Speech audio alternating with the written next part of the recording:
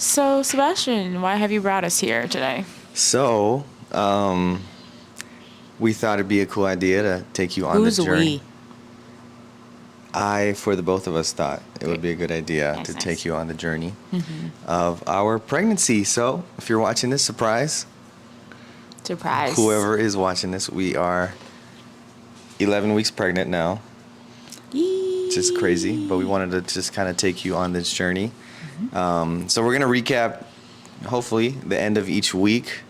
So, we're going to talk about week 10 and all the weeks beforehand because we didn't do that, and then hopefully week by week recap that week. So for the beginning, I don't think, not just telling the story, but what's been like the most interesting thing from your 10 weeks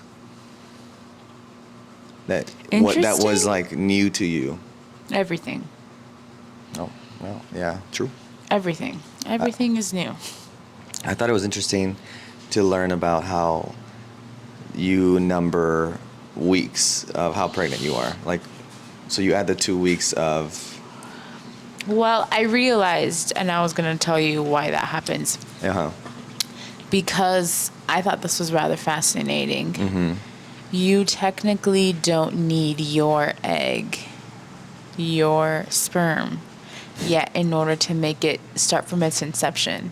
Your colonized male paternal and patriarchal mind believes that life begins once you start, but not really, because the egg goes Oh, the from egg the does work ovary before the sperm even and then it arrives. starts to create its own That makes sense. fertilization and then just needs you to continue. Yeah. But like it was already alive during That makes sense. ovulation. Okay, so that makes sense why they count it beforehand.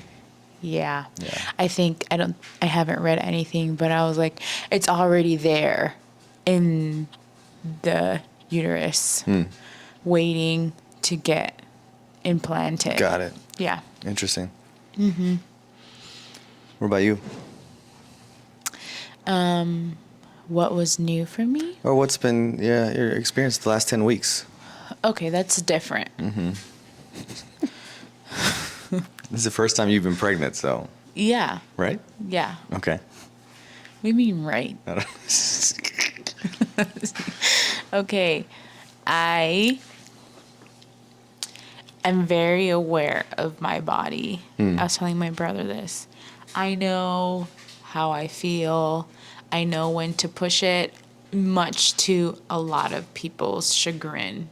Like it bothers people that I'm Chagrin. able to, Push your body to a level that most people feel uncomfortable yeah. thinking about. Yeah. Yeah, because I know that it's going to tolerate And it. it's capable to do it, yeah. So this was the first time where it was like, I can't.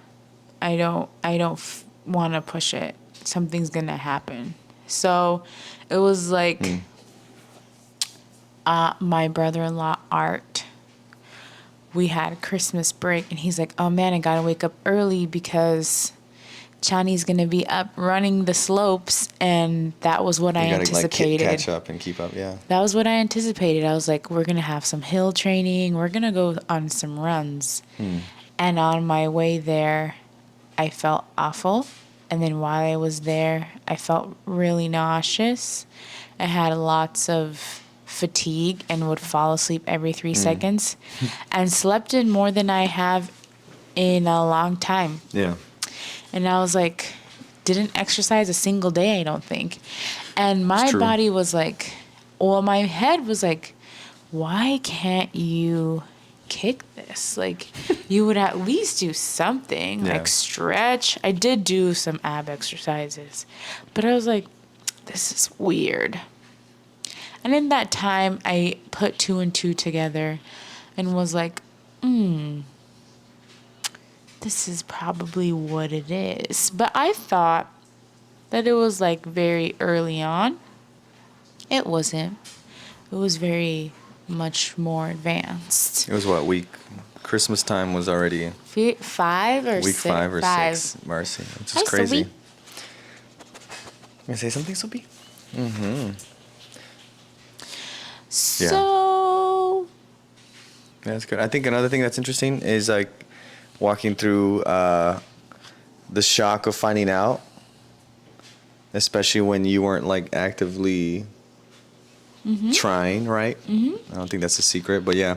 So just kind of like going through the shock, and maybe someday we'll share how we found out each other. But Yeah. just interesting how that, just you're processing, so that like those first couple of days, coming back, talking about it, getting tested, and it's like, oh, okay, well, and so kind of going through the emotional reaction to that. You've already gone through kind of the physical reaction.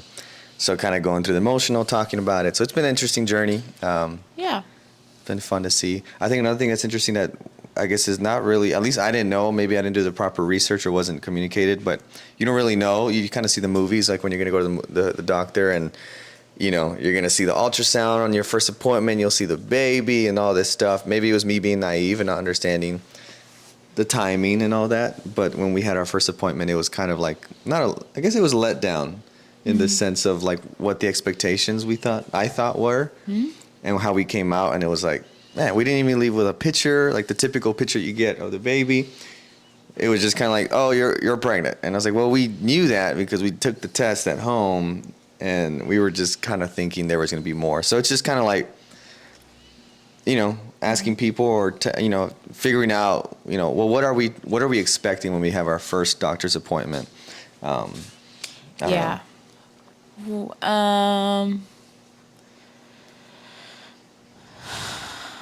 Healthcare, interesting. Yeah, that's another topic. Healthcare in the West, interesting, to say the least. I think the biggest thing to point out is that lots of people, women, imagine that they will be mommies when they grow up. Yeah. And like some people are like really excited to be pregnant, and some people are not really excited. I think my temperament to it has been how I approach main things, which is research as much as possible to know what to expect, so how you can respond. And that's not parenting. Comes with a lot of surprises and curveballs. Right. And two, I wasn't the little kids that grew up wanting to be a mom. That was my best friend. She would always stuff me with pillows to see how I would look like when I was pregnant. I didn't do that willingly. Oh, man. So for me, it was like, right now, if you don't see me excited or elated or angry, it's because I am mentally in a limbo space of still trying to process it. So Yeah, it's good. And I think another thing that I was getting from one of the first books that we listened to was just the difference in the process between the husband and the wife, or between the man and the woman, right? That are just the change. You're going through changes in your body, changes in your hormones, emotional change, physical change, and the man's kind of just there like, okay, cool, let's, and so obviously it's like, it seems like we don't put as much work into and compared to what you have to do in carrying the child and nurturing and all that. And yet we get to benefit from the results, right? So it kind of feels like a normal male privilege that we have even here. But whatever, that's beyond the point. But it's interesting as, trying to see how I can support, how I can be there to empathize, even though I don't know what the nausea feels like, what the morning sickness, what the cravings, what the pain. I don't have cravings. Well, just in general, if that were to happen. But, the fatigue, the tiredness, all that, and then the change in your body and even your self view of your body, and oh my goodness, I don't look the same, I can't do the thing. So trying to be empathetic and I can do whatever I want. Be there with still you strong and powerful to help you. I know you are, but I'm just saying it's a good thing to sit back and say, okay, how can I be their support, right? Right. That's it. So it's been a good journey. 10 weeks. So 10 week we're 10. at 11 weeks. I know, but we're recapping week 10. Oh, right. So week 10, the little poroto was the size of what? A strawberry, I think? The size of a strawberry. And so Chan's been handling it great. She's had what, just mostly nausea, or you were having? Nausea, headaches, significant fatigue. Yeah. Soak up, but yeah. And an intensely heightened sense of smell. I couldn't stand being in my house for a long time. Oh, really? Yeah. It was the smell of it. It was just Yeah. crazy. I would prolong coming home because I knew what the smell was going to be like. It doesn't help having two dogs too, and the outdoors, and it's moist and heavy, and Mainly what it moist is. and It humid was the in two dogs. in Florida, and the dirt and stuff. But But think- they don't make me not feel good anymore. yeah, Sweet. they're clean now. Sweet. So yeah, that's week 10. I think it's been a fun time, and then telling the family and some friends and people close to us, and breaking the news and seeing their shocked response of like, "You really? You guys?" Zoe, do you want to say anything? How do you feel about being an older sister dog? Zoe speaks Spanish. Zoe, ¿cómo te sientes sabiendo que vas a ser una hermana mayor, Berta? ¿Cómo, Zoe? Ven, Zoe. Ven, Zoe. Well, that is. Oh, You're bad. Oh, no. You got a concussion. that is our week 10 Zoe, recap. are So you let's see. Zoe, do you want to okay? say anything? Dilo, hola. Arf, arf. Do Sai. Oh, Sai is here too.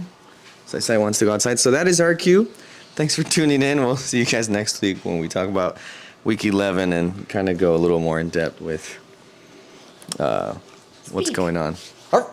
Speak. We haven't taught them that. See you guys later.